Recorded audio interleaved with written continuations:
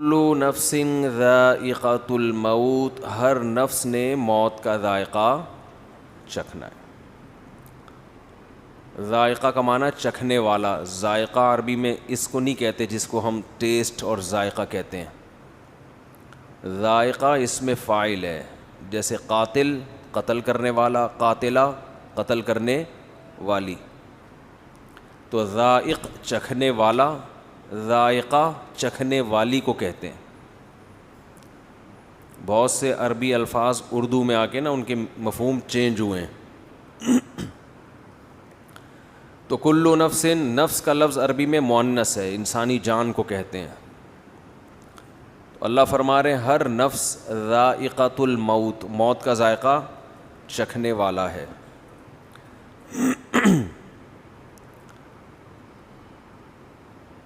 تو یہ ایک ایسی خبر ہے جو ہم پہلے سے جانتے ہیں۔ جو چیز پہلے سے پتہ ہوتی ہے کیا وہ بتائی جاتی ہے؟ بولو بھائی، میں ان سے کہوں آپ کے سر پہ ٹوپی ہے، کہیں گے بھائی یہ بتانے کی ضرورت نہیں ہے، مجھے پہلے پتہ ہے، سب کو پتہ ہے میرے سر پہ کیا ہے۔ بولیں بھائی، ٹوپی۔ آپ کی ناک پہ چشمہ ہے۔ اگر میں یہ بیان شروع کر دوں وہ خبریں جو پہلے سے آپ کو معلوم ہیں، تو آپ تھوڑی دیر میں سب بھاگ جائیں گے یہاں کہ بھئی یہاں نماز پڑھنا، بیان سننا چھوڑ دو۔ ان کے سر پہ بال ہیں، ان کے نہیں ہیں، یہ بیٹھے ہوئے، ان کے سر پہ ٹوپی ہے، یہ سفید ہے، ان کی ناک پہ چشمہ ہے، ان کے داڑھی ہے۔ تو یہ خبروں کے کیا فائدہ؟ تو اللہ بھی یہ خبر دے رہے ہیں ہر نفس نے موت کا ذائقہ چکھنا ہے، تو اللہ ہی تو ہمیں پہلے سے معلوم ہے۔ اس نالج کی کیا ضرورت ہے؟ یہ ہمیں بتانے کی، بولے نا، کیا ضرورت؟ تو اللہ نے فرمایا دیکھو جب بھی کوئی خبر دی جائے اور جس میں کوئی آرڈر چھپا ہوا ہو تو وہ خبر ہوتی ہے، لیکن اصل میں اس خبر سے خبر مقصد نہیں ہوتی، بلکہ ایک اس کے اندر آرڈر چھپا ہوا ہوتا ہے، اس کی طرف اشارہ کرنا مقصد ہوتا ہے۔ خبر برائے خبر یہ حکیمانہ کلام نہیں ہے۔ میں کہوں ان کے سر پہ ٹوپی ہے، ان کی ناک پہ چشمہ ہے، تو کیا کریں بھائی؟ ہے تو کیا کریں؟ لیکن میں خبر دیتا ہوں مجھے پیاس لگ رہی ہے، ایک خبر ہے۔ پشتو میں کہتے ہیں نا خبر اوری کنا، سنا یہ لفظ؟ خبر سن رہا ہے کہ نہیں سن رہا؟ میں خبر دیتا ہوں مجھے پیاس لگ رہی ہے، فوراً 2-4 بندے اٹھیں گے کولر کی طرف پانی لینے کے لیے۔ ایسا ہوگا کہ نہیں ہوگا؟ اگر نہیں اٹھیں گے تو اس کا مطلب بہت ڈھیٹ ہیں۔ کیا ہیں؟ بہت ڈھیٹ لوگ ہیں۔ ایک بندے کو پیاس لگ رہی ہے، پانی کا انتظام نہیں کرتے۔ گھر میں ابا جب آ کے بیٹھتے ہیں اور کہتے ہیں مجھے پیاس لگ رہی ہے، تو یہ خبر برائے خبر نہیں ہے، اس کے پیچھے آرڈر چھپا ہوا ہے، پانی پلاؤ۔ اب یہ خبر فضول خبر نہیں ہے۔ میں اکثر بیان میں کہتا ہوں آج کل جو شوہر حضرات گھر میں جب داخل ہوتے ہیں تو گھر سے باہر تو اخلاق بہت اچھے ہوتے ہیں، دوستوں کے ساتھ ہنسی مذاق گپ شپ، گھر میں جب داخل ہوتے ہیں تو ایسا لگتا ہے چنگیز خان نے بغداد پر حملہ کیا ہے۔ یہی ہے نا اسٹائل۔ گھر میں آتے ہی کیا کہتے ہیں؟ مجھے بھوک لگ رہی ہے۔ گھر والوں سے کیا کہتے ہیں؟ مجھے، یہ تو نیوز ہے نا، یہ سما پہ چلنی چاہیے یہ پٹی، کہ آپ کو کیا لگ رہی ہے؟ بھوک لگ رہی ہے، خبر ہے۔ تو لیکن یہ خبر برائے خبر نہیں ہوتی، اس کا مطلب ہوتا ہے کھانا فوراً چاہیے، یہ آرڈر ہے، کھانا لگا دو۔ اس خبر میں کیا چھپا ہوا ہے؟ بولو نا یار، کیا ہو گیا؟ آرڈر چھپا ہوا ہے، کھانا لگا دو، بھوک لگ رہی ہے، یہ خبر ہے۔ اس کے اندر ایک آرڈر خبر نہیں ہوتا۔ خبر کی ڈیفینیشن یہ ہے کہ جب وہ جملہ مکمل ہو تو اس کو سچا یا جھوٹا کہا جا سکے۔ خبر سچی بھی ہوتی ہے اور جھوٹی بھی. آرڈر سچا جھوٹا نہیں ہوتا. پانی پلاؤ تو یہ کوئی سچ اور جھوٹ سے تھوڑی تعلق ہے اس کا, تو ایک آرڈر ہے. تو آپ جب گھر میں داخل ہوتے ہیں اور کہتے ہیں مجھے بھوک لگ رہی ہے, اس کا مطلب چنگیز خان بہت غصے میں ہے. اگر اس کو اس وقت کھانا نہیں ملا تو یہ بیوی بچوں کو بھی کھا سکتا ہے. بہت سے لوگ کھا گئے ہیں, ٹینشن دے دے کے کھا گئے ہیں. اب یہ خبر فضول خبر نہیں ہوگی کہ قرآن جب کوئی خبر دیتا ہے تو خبر برائے خبر مقصد نہیں ہوتی, اس میں کوئی آرڈر چھپا ہوا ہوتا ہے. کیونکہ قرآن بلاغت کی کتاب ہے, اس میں فضول اور لغو بات ایک بھی نہیں ہے. تو ہمیں اس سے سبق بھی ملتا ہے کہ ہمیں بھی چاہیے کوئی بھی جب بات کریں تو اس میں کوئی پیغام چھپا ہوا ہو. اگر اس کے اندر کوئی پیغام نہیں ہے تو وہ خام خواہ کی فضول بات ہے. بعض دفعہ پیغام اظہار محبت بھی ہوتا ہے, آپ کسی سے خام خواہ کی گپ شپ لگا رہے ہوتے ہو, مقصد اس کو مانوس کرنا ہے, تو یہ بھی ایک پیغام ہے نا. یہ اس لیے کہ بعض لوگ بیان سن کے زیادہ صوفی بن جاتے ہیں. وہ کسی بھی دوست سے پوچھ رہے ہو, وہ ویسے ہی پوچھ رہے کیسی طبیعت ہے, تو بھائی مفتی صاحب نے کہا کوئی بھی ایسی بات نہ پوچھو جس کا عملی زندگی سے کوئی فائدہ نہیں ہے. تو طبیعت پوچھ کے آپ کو کیا کیا علاج کرانا ہے, آپ نے مجھے پیسے دینے ہیں, یہ کورونا کا ٹیسٹ کروانا ہے آپ نے. لوگوں پہ مسالہ بھی زیادہ چڑھ جاتا. بھائی یہ جو گپ شپ ہے نا, یہ فری ہونے کے لیے, جاتے ہی تھوڑی ایک دم آدمی ٹو دا پوائنٹ بات شروع کر دیتا ہے. ایک آدمی کی شادی ہوئی نا, تو بڑا ادیب تھا وہ, اس نے کہا دلہن سے اب میں کس طرح سے بات شروع کروں, بڑے تمیز سے بات شروع کرنی تھی. تو وہ کہنے لگا کہ میری کل آپ سے شادی ہوئی تھی, اس سلسلے میں حاضر ہوا ہوں میں. آپ یہ تمہید ہے, کل آپ سے میرا نکاح ہوا تھا اس سلسلے میں, یہ تمہید باندھ. تو اللہ نے ہمیں خبر دی ہے, کلو نفس ذائقۃ الموت, ہر نفس نے موت کا ذائقہ چکھنا ہے, یہ خبر ہے. سوال پیدا ہوتا ہے اللہ یہ تو ہمیں پتہ ہے, یہ تجھے بتانے کی کیا ضرورت ہے, یہ تو ہم دیکھ رہے ہیں صبح شام جنازے پڑھ رہے ہیں, بچوں کے بھی, بوڑھوں کے بھی, جوانوں کے بھی, مردوں کے بھی, عورتوں کے بھی, غریبوں کے بھی, امیروں کے بھی, بادشاہوں کے بھی, وزیروں کے بھی, ہر ایک کے جنازے ہم پڑھ رہے ہیں, ہمیں پتہ ہے. تو یہ تو نے ہمیں کیوں بتایا ہے؟ معاذ اللہ نقل کفر غلط کلام ہے. اللہ خام خمیں ہمارا بھی وقت معاذ اللہ نقل کفر ضائع کر رہا ہے, اور معاذ اللہ خود بھی لغو کلام کر رہا ہے. لیکن اگر اس خبر کے اندر کوئی آرڈر چھپا ہوا ہے تو پھر یہ کلام لغو اور فضول کلام بولو نہیں ہے. دیکھو ڈاکٹر جب آپ کو کہتا ہے نا کہ آپ نے مرنا ہے, تو وہ خبر ہوتی ہے, اس کے اندر یہ آرڈر چھپا ہوا ہوتا ہے کہ آپ اپنی صحت کا خیال کرو ورنہ کیا ہو جائے گا, مر جاؤ گے آپ. وہ آرڈر دے رہا ہوتا ہے کہ آپ کی صحت اس لائق نہیں ہے کہ زیادہ آپ چل سکیں, لہذا صحت کا خیال کرو. یہ آرڈر چھپا ہوا ہوتا ہے. اگر حکیم سے مراد حکمت والا ڈاکٹر ہے, بعض دفعہ ڈاکٹر بتا دیتے ہیں نا کہ بھائی تمہاری صحت اس لائق نہیں ہے کہ تم 5-6 سال چل سکو گے. اب اگر ڈرانے کے لیے بتا رہا ہے تو غلط کر رہا ہے بھائی. وہ تو اگر آپ نے 5-6 سال کا بول دیا تو 2 سال میں مر جائے گا ٹینشن سے. لیکن اگر آپ اس کو یہ بتا رہے ہیں, جیسے سگریٹ کے ڈبوں پہ لکھا ہوا ہوتا ہے خبردار سگریٹ نوشی صحت کے لیے مضر ہے, تو کیوں لکھا ہوا ہوتا ہے کہ سگریٹ مت پیو؟ یہ آرڈر چھپا ہوا ہے کہ پینے کی چیز, کہتے ہیں دنیا میں ایک ہی پروڈکٹ پہ سچ لکھا ہوا ہوتا ہے, ایک ہی چیز ایسی ہے جس پہ کیا لکھا ہوا ہوتا ہے, ڈبے کے دودھ پہ نہیں لکھا ہوتا کہ اس میں کیلشیم نہیں ہے, ڈبے کے دودھ پہ لکھا ہوتا ہے کلو نفس ذائقۃ الموت, ایک خبر ہے. اللہ فرماتے ہیں ہر نفس نے موت کا ذائقہ چکھنا ہے, ہر نفس نے. تو یہ خبر برائے خبر نہیں ہے, اس کے اندر ایک آرڈر چھپا ہوا ہے. ڈاکٹر جب آپ کو کہتا ہے کہ آپ مرنے والے ہیں تو آرڈر چھپا ہوا ہوتا ہے صحت کا خیال کرو, بھینس کا خالص دودھ پیا کرو, ٹھیک ہے نا.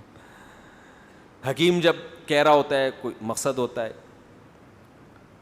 تو جب بھی کوئی خبر دیتا ہے اگر وہ عقل مند ہوگا, تو اللہ جب خبر دے رہے ہیں نا کلو نفس ذائقۃ الموت, ہر نفس نے موت کا ذائقہ چکھنا ہے, تو یہاں بھی کچھ آرڈر چھپے ہوئے ہیں اس کے اندر. وہ آرڈر کیا ہے؟ نمبر 1, دنیا دل لگانے کی جگہ, بولو نہیں مرو گے.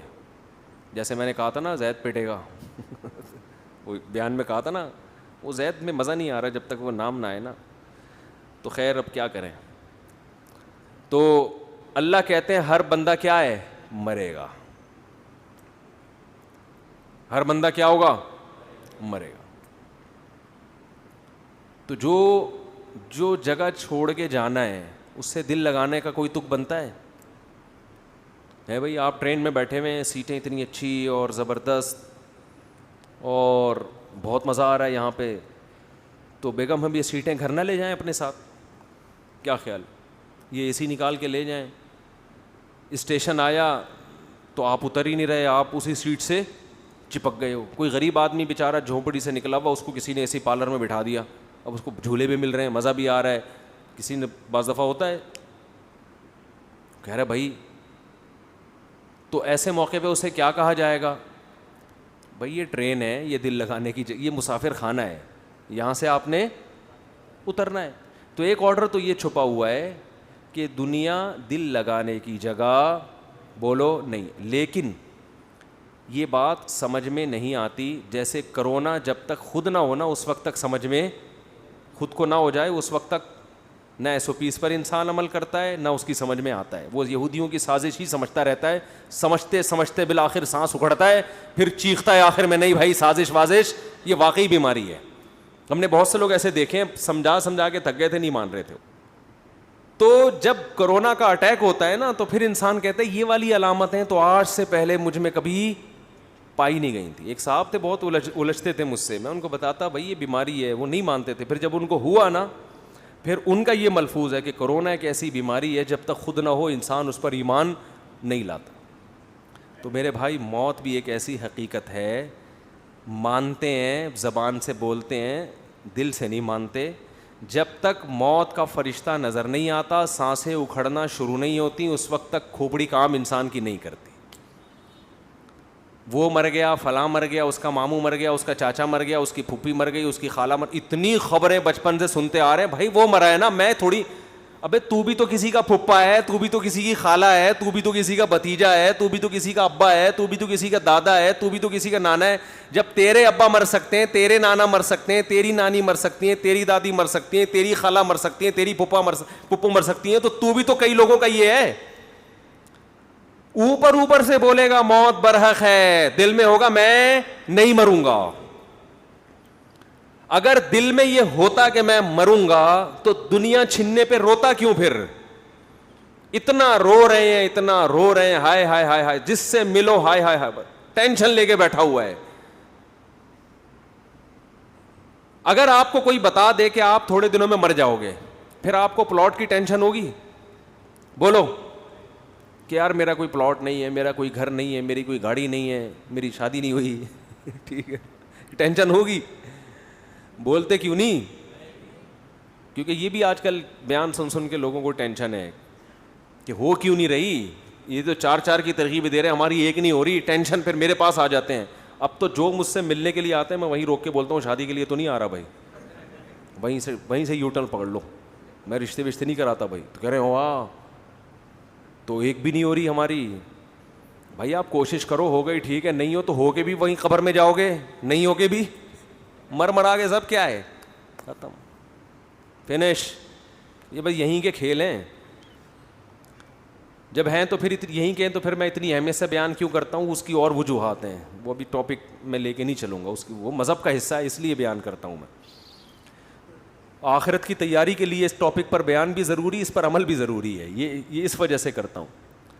تو موت کی باتیں تو کبھی کبھار کر لیتے ہیں, ہاں جی موت تو برحق ہے, لیکن عمل سے ایسا لگتا ہے یہ مرنے کے لیے تیار, بولو نہیں, بالکل بھی نہیں ہے تیار. نہ مرد مرنے کے لیے تیار ہے اور نہ خواتین. دوسرا, کچھ حقیقتیں ایسی ہیں جن سے ہم ایسی نظریں چرا کے بیٹھے ہوئے ہیں, جیسے سامنے گڑا ہو, کھڈا ہو, اور آپ بول رہے ہو کہ نہیں میں چلتا رہوں گا, کوئی گڑا نہیں ہے سامنے, گٹر کا ڈھکن کھلا ہوا ہے, آپ اسی سپیڈ سے اسی طرف جا رہے ہو. اگلا کہہ رہا ہے بھائی یہ گٹر ہے, کھلا ہوا ہے, آپ کو نظر آ رہا ہے, لیکن پھر بھی آپ کی سپیڈ کم ہونے کا نام نہیں لے رہی.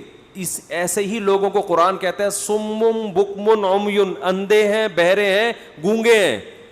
قرآن جن کو اندھے بہرے اور گونگے کہہ رہے ہیں وہ سچی مچی کے اندھے بہرے گونگے تھوڑی تھے. ان کی تو نظریں 6x6 نظریں لے کے بیٹھے ہوئے تھے, کان سماعت بہت تیز تھی ان کی, سنتے بہت تھے, بولتے بہت تھے. ان کو قرآن کیا کہہ رہے ہیں؟ اندھے ہیں, بہرے ہیں اور گونگے ہیں, نہ حق بول سکتے ہیں, نہ حق سنتے ہیں اور نہ حق دیکھتے ہیں.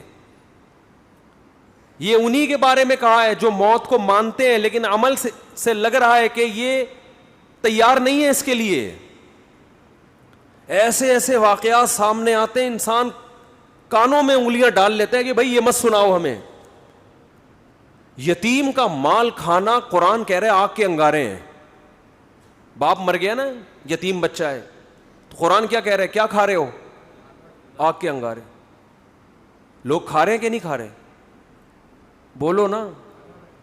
بہنوں کی وراثت, یتیموں کی وراثت نہیں دے رہے.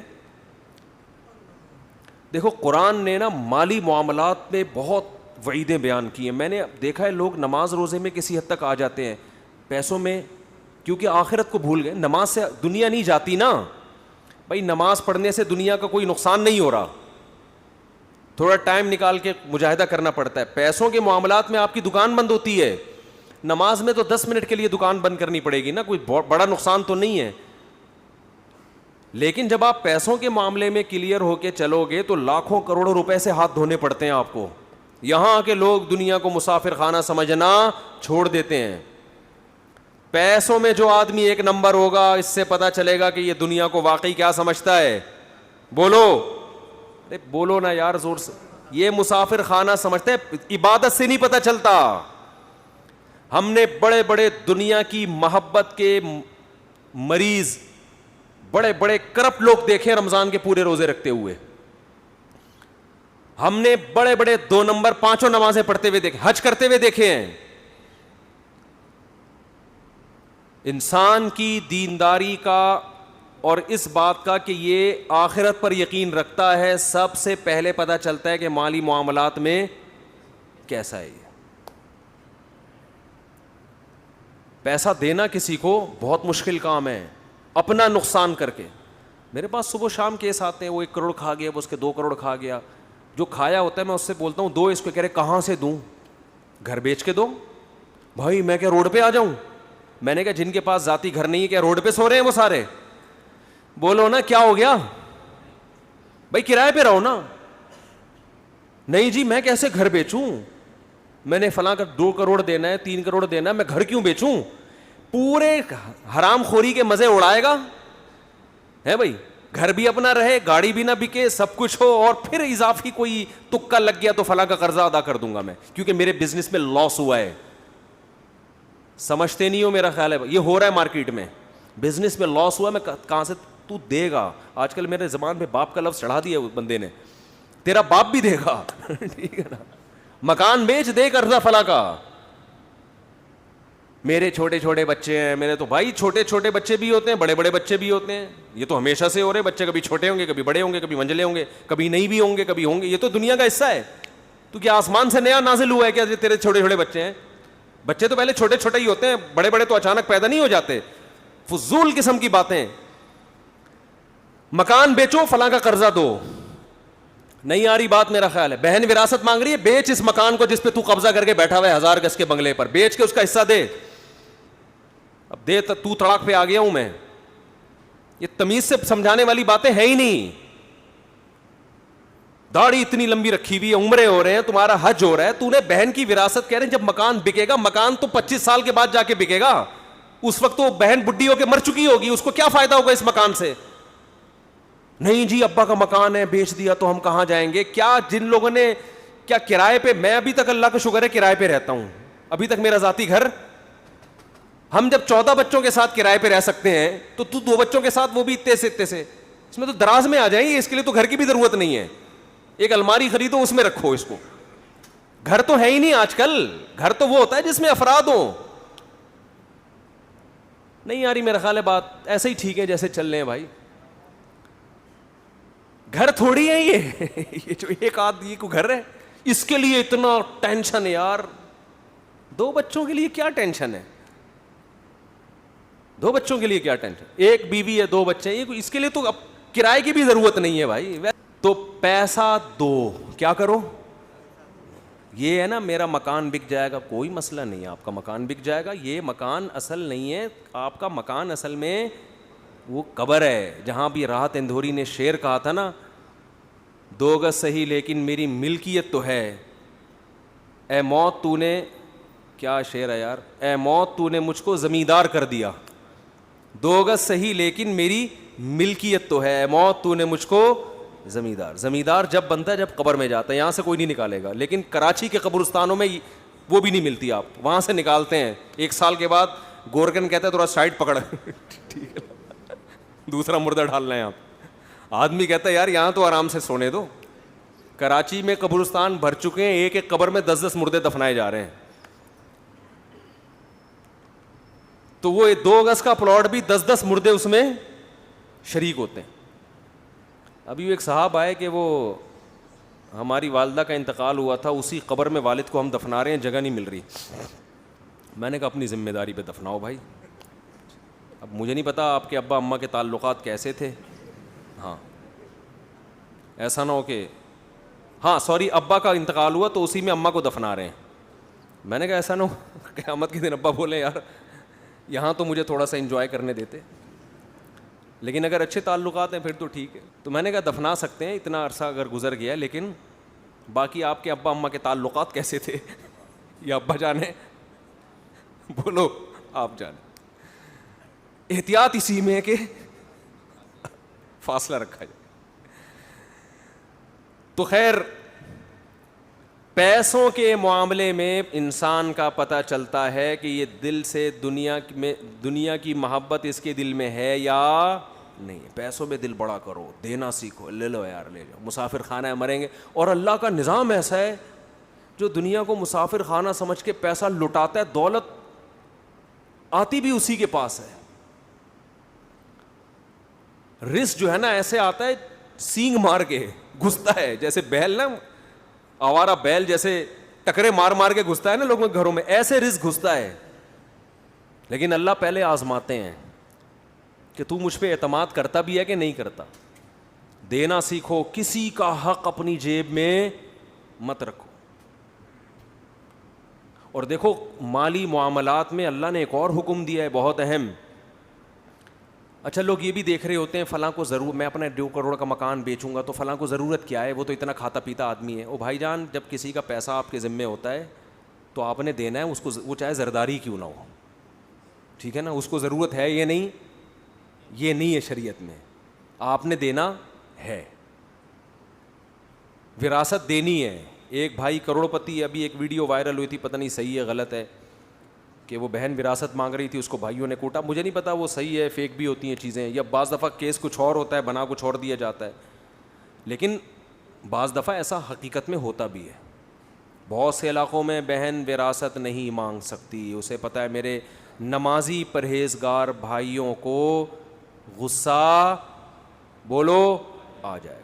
دل بڑا رکھو، دو بغیر مانگے دو. یار روڈ پہ آ جاؤ، خدا کی قسم کسی کو حق دے کے انسان غریب ہو جائے اس میں سکون زیادہ ہے. آدمی کا یار ایک پیسہ کسی کا میرے ذمے نہیں ہے، اللہ کھلائے گا، اس کا اپنا مزہ ہے. اور پھر اللہ ایسا کھلاتا ہے چھپڑ پھاڑ کے.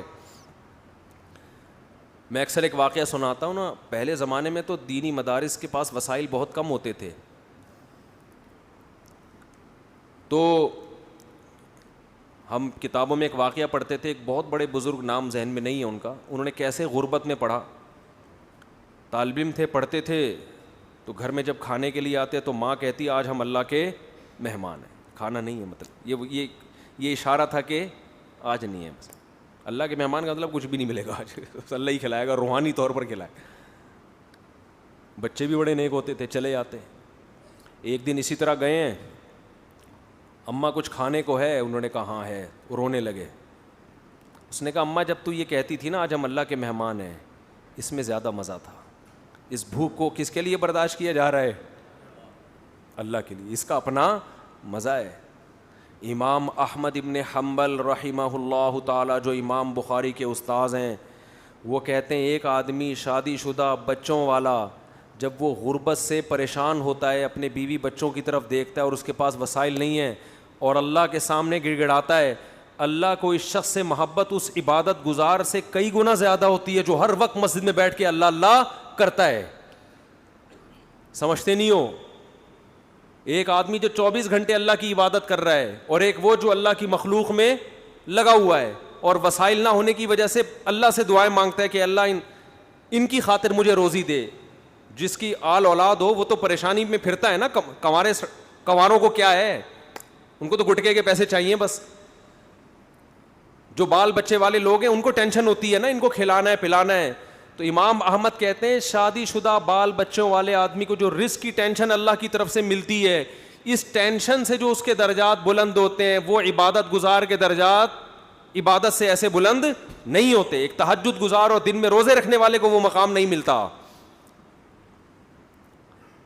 تو اللہ پہ اعتماد, اللہ پہ توکل, اللہ کے لیے ٹینشن اٹھانا یہ بہت بڑی عبادت ہے. یہ عبادت کیوں ہے کہ اس ٹینشن میں بھی اس کے قدم حرام کی طرف نہیں نہ یہ نسل روک رہا ہے.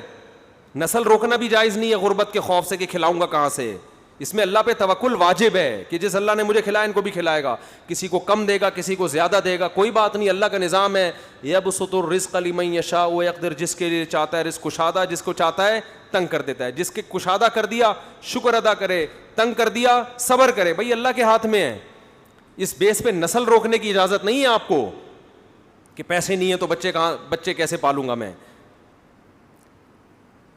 لبرل لوگوں کے اصول کچھ اور ہیں زندگی گزارنے کے, اسلام کے اصول کچھ اور ہیں. اور ایک دفعہ اسلام کے اصولوں پہ آ جاؤ, نقد فائدہ ملے گا, دل کا سکون, اطمینان, غربت میں بھی سکون, شکر کی توفیق ملے گی. ہم نے اپنے بزرگوں کو دیکھا ہے انتہائی غربت میں ان کے چہروں پہ ایسے خوشی جیسے ارب پتی ہوں. یہ وہ کہتے ہیں اللہ نے تو ہمیں ہماری ضرورتوں سے کروڑہ گنا زیادہ دے دیا. کہتے ہیں ہمیں تو ضرورت ہے 2 وقت کی روٹی کی لیکن اللہ 3 ٹائم کھلاتا ہے. ہمیں تو ضرورت ہے بس ایک چھپڑا مل جائے سر چھپانے کو لیکن اللہ نے پورا گھر. وہ یہ سوچ سوچ کے خوش ہوتے رہتے ہیں. اور ہمارے یہاں کیا ٹینشن چل رہی ہے یار, 20-50 سال کا ہو گیا اب تک اپنا گھر نہیں بنا سکا میں, اب کیا کرے گا بنا کے. بھائی تھوڑا سا ٹائم رہ گیا, نکل لے. پتلی گلی آنے والی ہے, پتلی گلی آنے والی ہے جس سے فرشتے چوہے نکالیں گے. نکل 50 سال کے بعد کیا بنانا ہے یار. ہاں بچوں کے لیے آدمی کوئی پراپرٹی لے لیتا ہے, مر گیا. اگر اللہ نے بہت وسائل دیے ہیں تو چلو حدیث میں آتا ہے کہ ان کو ایسے لاوارث مت چھوڑ کر. اگر اللہ نے وسائل دیے ہیں, نہیں دیے تو بولو یار ہم بھی تو کسی کے بچے تھے, جب ہم پل گئے تو یہ بھی پل جائیں گے. ٹینشن تو لینی نہیں ہے نا بھائی. ٹینشن لینا اس کی علامت ہے دل میں دنیا کی محبت ہے. اس دنیا سے چپکے ہوئے ہو ایلفی کی طرح, چھوڑنے کے لیے جو چھوڑے گی یہ بتا دوں. اور دنیا چھوڑتی بھی اور آپ کی مرضی سے بتا کے نہیں چھوڑتی. بھائی یہ بڑا مسئلہ ہے دنیا کے ساتھ. چلو کوئی محبوبہ آپ کو چھوڑ کے جائے, بتا کے جائے بھائی میری فلاں سے سیٹنگ ہو گئی ہے میں جا رہی ہوں, تو آدمی کو تسلی ہوتی ہے یار اب کیا کرو یار, اب ہو گئی سیٹنگ کیا کر. ایک ہوتا ہے ٹائم دیا تھا قائد اعظم کے مزار پہ آنے کا ہیں, آپ امید میں پہنچے کہ یہاں ملاقات ہوگی, لیکن اطلاع آئی کہ کسی اور کو کہیں اور ٹائم دے چکی. یہ دھچکا برداشت کر دے گا انسان. دنیا کا بھی یہی اصول ہے, لاکنھا خلۃ قد سیق من دمھا فجع وولع واخلاف وتبدیل. آپ کو دنیا ٹائم دے گی. کیا مطلب؟ آپ کو بتائے گی کہ تمہاری صحت اس قابل ہے کہ میں ابھی تمہیں چھوڑ کے جانے والی نہیں ہوں, نہ تمہیں شوگر ہے, نہ تمہارے گردوں کا مسئلہ, نہ تمہارا کوئی مسئلہ, پیسہ دولت سب, ابھی میں نہیں جا رہی. لیکن ادھر پورا پتلی گلی اس نے تیار کر کے رکھی. اس کو ٹرک کے نیچے لا کے مارو, اس کمبخت کو کوئی بیماری نہیں ہے, اس کو ٹرک کے نیچے لا کے مارو. یہ ایسے نہیں مرے گا, نہ اس کو نہ شوگر ہے نہ گردوں کا مسئلہ ہے, اس کا ٹرک بنتا ہے. کیا بنتا ہے؟ اس کی ہڈیاں بھی مضبوط ہے, کار ایکسیڈنٹ میں بھی نہیں جائے گا یہ. تو یہ وہی ہے کہ سیٹنگ آپ سے دکھایا جا رہا ہے لیکن ہو فرشتوں سے سیٹنگ رہی ہے, ملک الموت سے, کہ اس کو لے کے جاؤ یہاں سے. جتنے لوگ مرے ہیں نا ان میں 99% وہ تھے جن کا پہلے سے مرنے کا کوئی پروگرام نہیں تھا. ابھی ایک دوست ہمارے آئے, ان کا 36 سال کا جوان بھائی, اللہ تعالیٰ مغفرت فرمائے, 2 دن ٹائیفائڈ ہوئے اور انتقال ہو گیا. نہ اس سے پہلے کوئی بیماری. اتنی موتیں ہو رہی ہیں, اور کورونا بھی کہہ رہے ہیں ہم نئی شکلوں میں آ رہا ہے. جو انڈیا میں تباہی مچائی تھی وہی, تو اس پہ تھوڑا سا احتیاط بھی کرنی چاہیے. تو وہی بات ہے بھائی, کب تک چھپو گے پیڑوں کی آڑ میں, کبھی تو ملو گے لنڈا بازار میں. تو اللہ اور جو فرشتے ہیں نا, موت کا فرشتہ, وہ بھی ہم سے کہتا ہے بیٹا تو جتنے بھی جم کر لینا, جا کے ویڈیو, سوئمنگ, جم, گھوڑا سواری, شادیاں وادیاں, کب تک چھپے گا پیڑوں کی آڑ میں؟ کبھی تو ملے گا. لنڈا بازار میں طارق روڈ جیسی پینٹیں مل رہی ہوتی ہیں آدھے سے بھی کم ریٹ پر, تو بہت سے لوگ وہاں پہنچتے ہیں, اس پینٹ کو پہن کے کہتے ہیں کہ ہم نے کہاں سے خریدی ہے؟ طارق روڈ سے خریدی. لنڈا بازار ایک ایسی جگہ ہے جہاں ہر آدمی جاتا ہے, پکڑا جا سکتا ہے. تو ایسے ہی میرے بھائی جتنا موت سے بھاگو گے, جتنی صحتیں بناؤ گے, جتنا کوشش کرو گے زندہ رہنے کی, مرے گا. اور کیسے مرے گا کوئی پتہ نہیں ہے. بیٹھے بیٹھے ہمارے ایک جاننے والے کھانا کھایا ادھر ہی گر گئے, کوئی ہارٹ کا پہلے پرابلم نہیں. اتنی موتیں تو ہم نے اپنی زندگی میں دیکھ لی ہیں, لیکن افسوس اس پر ہے کہ ہمیں پھر بھی عبرت حاصل نہیں ہوتی. تو یہ وہی ہے, جب تک ہوتا نہیں ہے نا انسان, گزرتا نہیں, اس وقت تک یقین نہیں آتا. عقل مند وہ ہے جو اللہ کی خبروں پہ یقین کر کے پہلے سے تیاری کر لے, ہر وقت تیاری کرے. اس لیے ہمارے علماء کہتے ہیں ہر وقت یہ تصور رکھو ابھی مر گیا تو کیا ہوگا. کیا ساری میں نے وصیتیں کی ہوئی ہیں, سارے میں نے معاملات کلیئر کیے ہوئے, نہیں کیے ہوئے, اس کا مطلب یہ خوش فہمی ہوتا ہے میں ابھی نہیں مروں گا. تو جب مرے گا نا تو اس وقت بھی یہی خوش فہمی ہوگی کہ ابھی میں مروں گا نہیں. اچانک مرتے ہیں لوگ, اور جو تیار نہیں ہے وہ کینسر میں بھی ان کو یقین نہیں ہوتا کہ میں مروں گا. اللہ تعالی ہمیں مرنے سے پہلے موت کی تیاری کی توفیق عطا فرمائے.